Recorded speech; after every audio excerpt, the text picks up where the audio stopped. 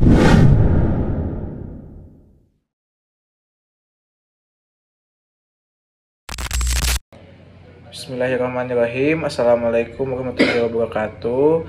Selamat siang anak-anak. Pada kali ini kita akan membahas pembelajaran fikih tentang kurban, meliputi ketentuan dan tata cara. Nah, sebelum memulai pembelajaran, alangkah baiknya kita membaca basmalah bersama-sama. Bismillahirrahmanirrahim. Tujuan pembelajaran kurban adalah menumbuhkan sikap kepedulian dan rela berkurban, meningkatkan karakter dan wawasan keislaman, melatih peserta didik untuk menyembelih hewan kurban, dan juga menjalin kekompakan.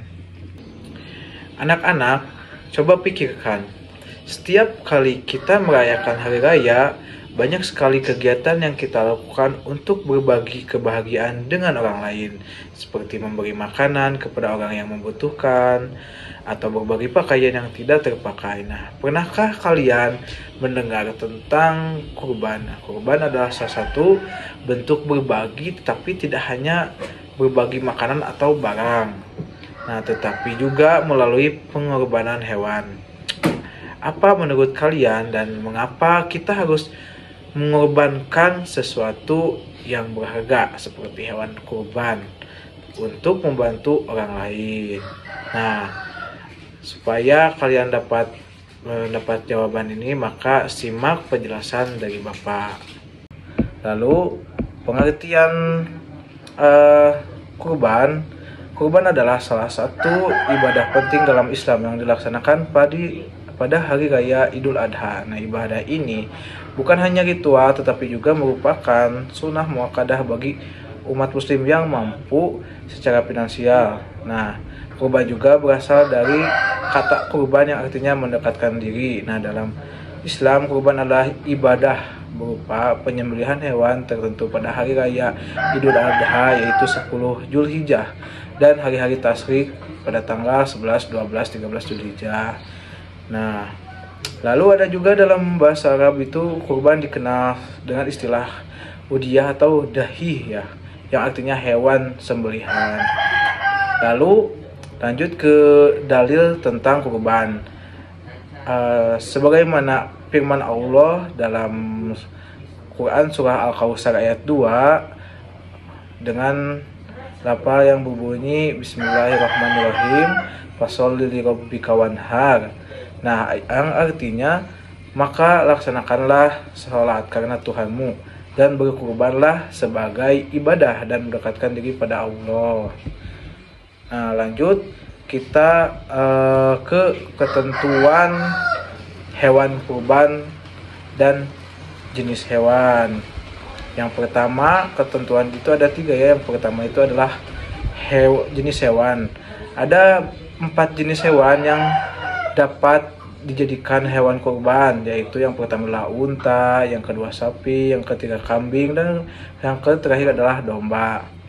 Lalu ada usia minimal. Nah, hewan-hewan kurban ini harus memenuhi syarat usia minimal. Yang pertama adalah unta. Unta itu minimal 5 tahun dan telah memasuki tahun ke-6.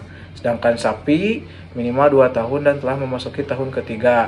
Nah, yang ketiga kambing. Kambing itu minimal 1 tahun dan telah memasuki tahun ke-2.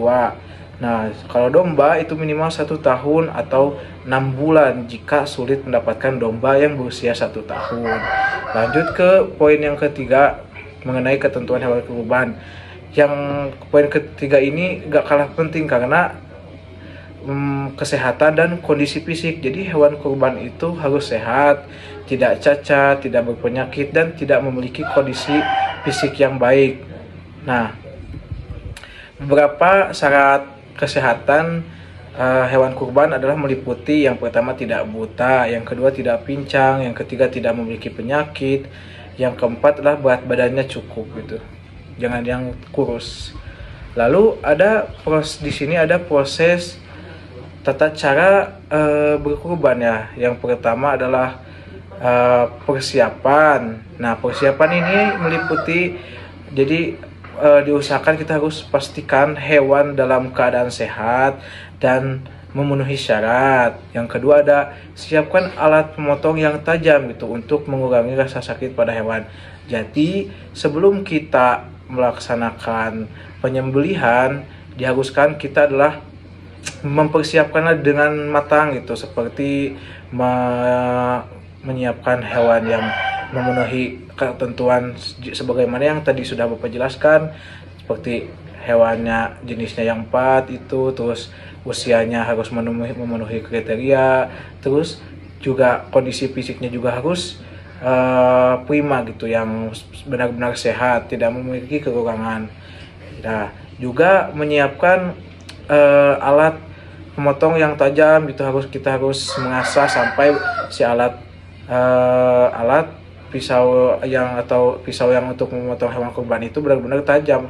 Supaya apa? Supaya tidak terlalu menyakiti hewan kurban atau mengurangi rasa sakit pada hewan. Nah, yang kedua ada niat.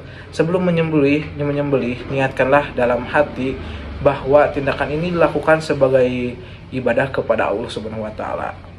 Lalu setelah niat, kita harus melakukan penyembelihan dengan yang pertama-tama adalah membaca basmalah, yaitu Bismillahirrahmanirrahim, lalu membaca sholawat kepada Nabi Muhammad SAW, yaitu dengan lafaz Allahumma sholli ala sayyidina Muhammad wa ala ali sayyidina Muhammad. Lalu kita menghadap kiblat dan meletakkan hewan di sisi kiri dengan leher menghadap kiblat. Lalu membaca takbir sebanyak 3 kali sebelum melakukan penyembelihan, juga membaca dan menyembelih dengan lafal itu sebagai berikut. Adapun doa menyembelih hewan kurban adalah lafalnya Bismillahirrahmanirrahim, Allahumma hadihi minkal wa ilaika fataqabbal minka ya karim. Dengan artinya, ya Tuhanku, hewan ini adalah nikmat darimu, dan dengan ini aku bertakarub kepadamu. Karenanya, hai Tuhan yang maha pemurah, dan terimalah takarubku. Lalu di situ menyembelih. Nah, setelah menyembelih, kita membersihkan hewan kurban dan memotong-motongnya, juga lanjut ke pembagian.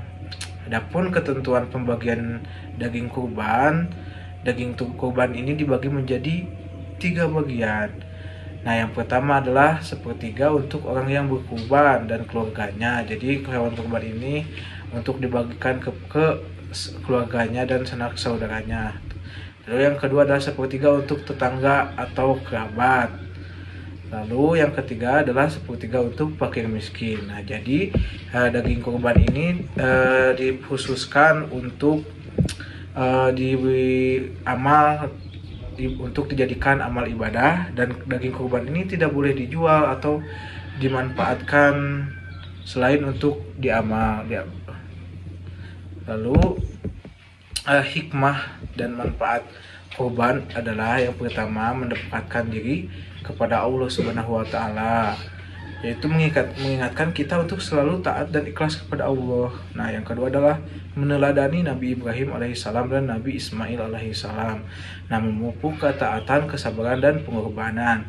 Lalu ada meningkatkan kepedulian sosial. Jadi hikmah dan manfaat kurban ini itu membantu fakir miskin dengan berbagi daging kurban. Jadi orang-orang yang tidak berkurban juga akan mendapatkan bantuan sosial atau bantuan diberi gitu oleh orang-orang yang mampu berkurban. Lalu ada membersihkan harta. Nah, kurban ini mengajarkan pentingnya berbagi rezeki kita yang mampu kepada orang yang tidak mampu. Nah, sekian dari Bapak, materi sudah selesai. Apabila ada yang mau ditanyakan, silahkan ditanyakan di kolom komentar. Insya Allah Bapak akan jawab satu persatu ya. Silahkan, jika ada pertanyaan boleh diketik saja di kolom komentar. Sekian dari Bapak, terima kasih telah memperhatikan. Kita tutup pembelajaran pada kali ini sekarang dengan bacaan Alhamdulillah bersama-sama. Alhamdulillahirobbilalamin. Sekian dari Papa. Wassalamualaikum warahmatullahi wabarakatuh.